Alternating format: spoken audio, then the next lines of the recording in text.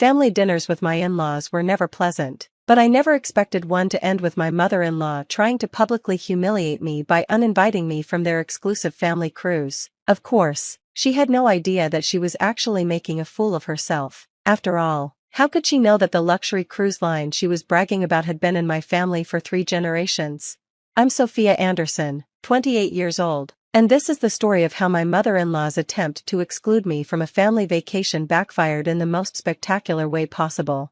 Growing up as the daughter of James Anderson, owner of Royal Crown Cruises, I learned early on not to flaunt our family's wealth. Dad always said that true class isn't about showing off what you have, it's about how you treat others. That's why I chose to work my way up through different departments of our cruise line, learning every aspect of the business from the ground up.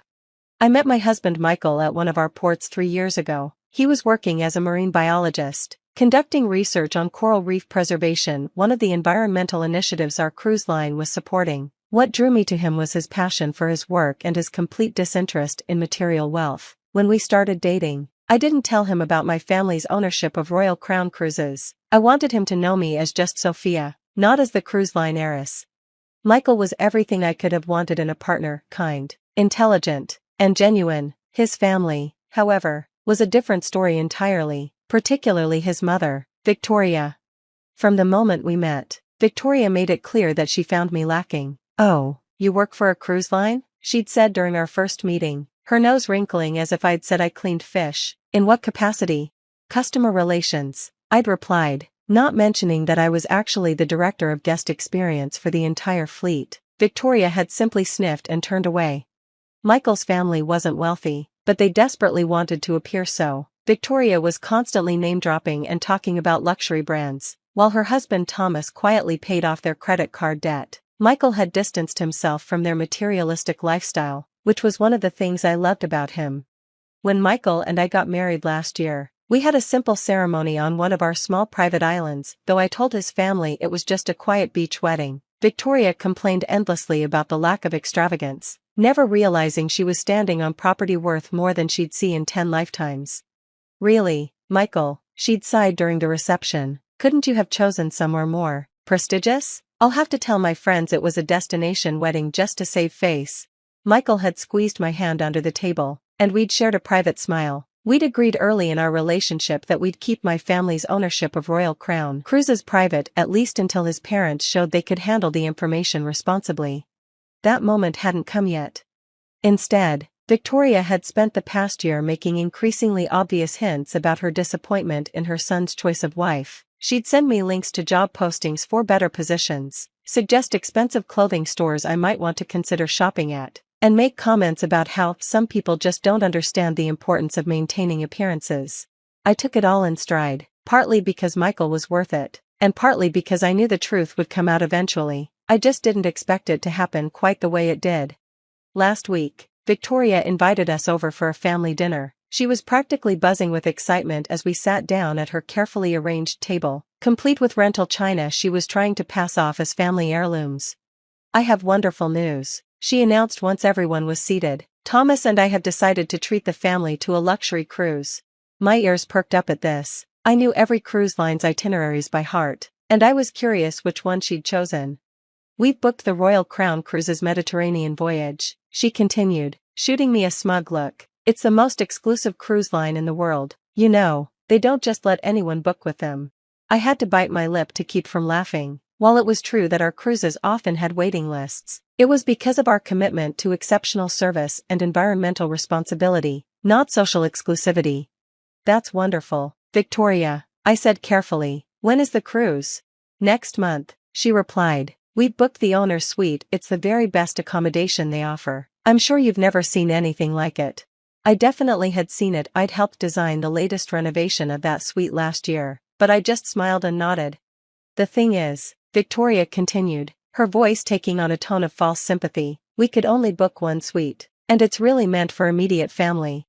"Mother," Michael interrupted, his voice warning. "No, let me finish." Victoria held up her hand. "Sophia, dear, I hope you understand that this needs to be just family. You can surely find something to do while Michael enjoys some quality time with his parents and sister." The table went silent. Michael's sister Emma looked uncomfortable. while his father Thomas suddenly became very interested in his water glass. "Are you uninviting my wife from a family cruise?" Michael asked incredulously.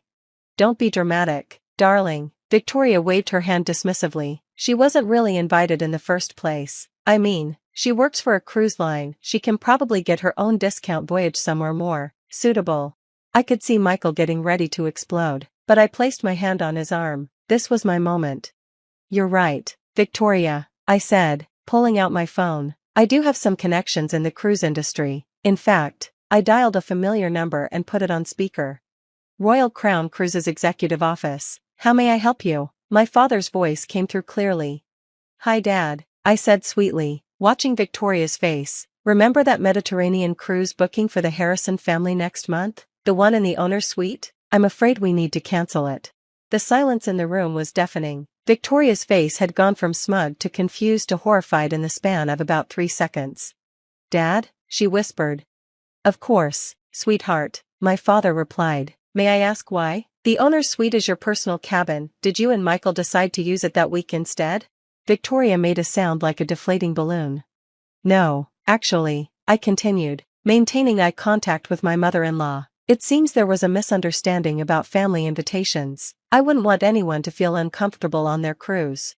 "Understood," Dad said, and I could hear the smile in his voice. "I'll have their deposit refunded immediately. Will you be joining us for the board meeting tomorrow?" "Wouldn't miss it," I replied. "Thanks, Dad. Love you." I ended the call and placed my phone back in my bag, then took a sip of water while everyone processed what had just happened. Your father, what?" Victoria stammered. "Oh, I'm sorry," I said. "I thought you knew, since you seem to know so much about Royal Crown Cruises. My father is James Anderson, the owner. I'm not just an employee, I'm the director of guest experience and heir to the company. That owner's suite you booked? It's actually my personal cabin, reserved for my family's use. I was going to surprise you all by upgrading your booking to our best family package, but since I'm not family enough to be included." Michael was trying desperately not to laugh. Emma had her hand over her mouth. Thomas looked like he wanted to sink through the floor. Victoria opened and closed her mouth several times before managing to speak. But you work in customer relations." "I do," I nodded, "along with operations management, environmental initiatives, and strategic planning. Dad believes in understanding every aspect of the business, something about maintaining appropriate standards." The irony of her earlier comments about standards was not lost on anyone at the table. Victoria pushed back her chair suddenly. "I need to. Excuse me." She practically ran from the room. Thomas cleared his throat. "Sophia, I am so sorry, we had no idea." "Of course you didn't," I said kindly. "We kept it private because we wanted to be treated normally. Michael loves me for who I am, not what I own. That's all I wanted from his family too." "I can't believe Mom tried to uninvite you from a cruise you own," Emma said, finally letting out the laugh she'd been holding in. "This is better than any reality TV show." Victoria didn't return to the dinner table that evening. We heard her upstairs, alternating between crying and making phone calls, probably to all the friends she'd bragged to about her upcoming luxury cruise. As we were leaving, Thomas pulled me aside. "Is there any way to, could we possibly? The cruise booking?" I smiled. "I haven't actually cancelled it, but if it's going to happen, some things need to change."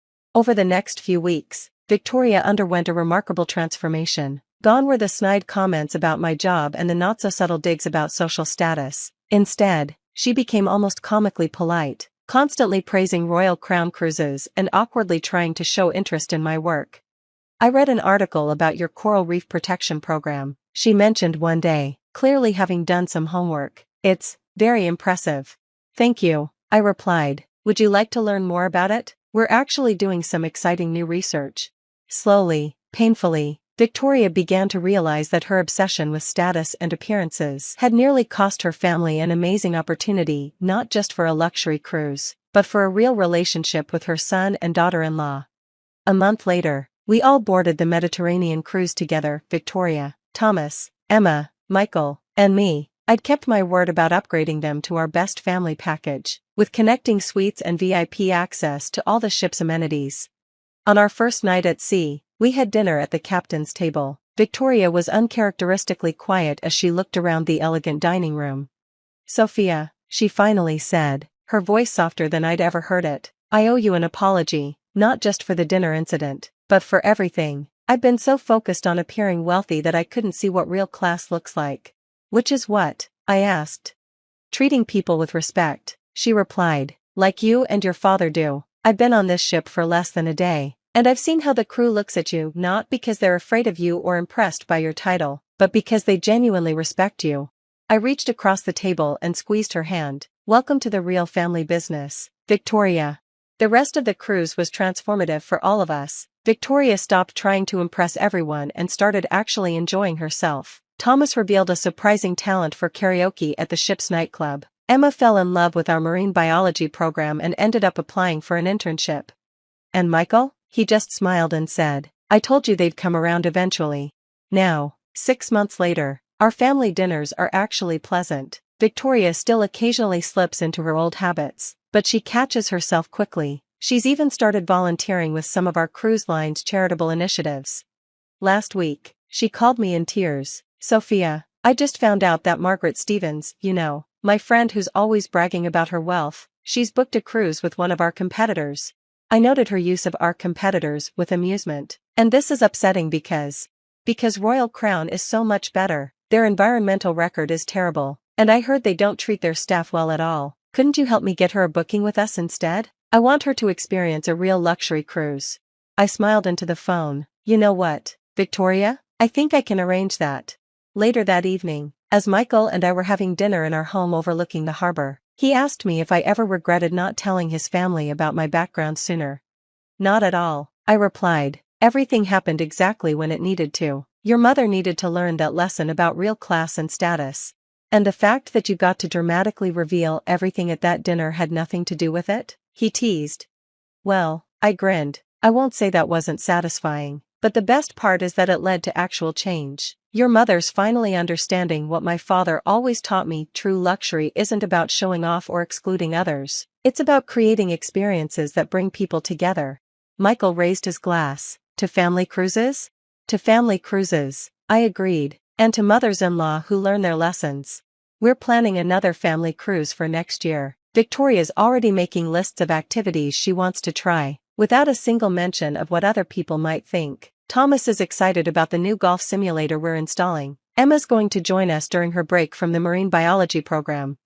And me? I'm just happy that my family, both the one I was born into and the one I married into, has finally found its balance. The owner's suite that Victoria tried to exclude me from? We've renamed it the family suite. Because sometimes the best revenge isn't about getting even, it's about making room for everyone at the table, even those who once tried to keep you away from it. Dad still gets a chuckle out of the whole story. He's even used it as an example in our company's customer service training, though he changed the names to protect the reformed. Remember, he tells new employees, every guest on our ships deserves to be treated like family, even if they're not technically the owner's daughter-in-law. Victoria overheard him saying this once during a ship tour and actually laughed. I deserved that, she admitted, but I'm learning. Yes, she is, we all are. And our next family cruise? It's going to be amazing, because this time, everyone's truly welcome.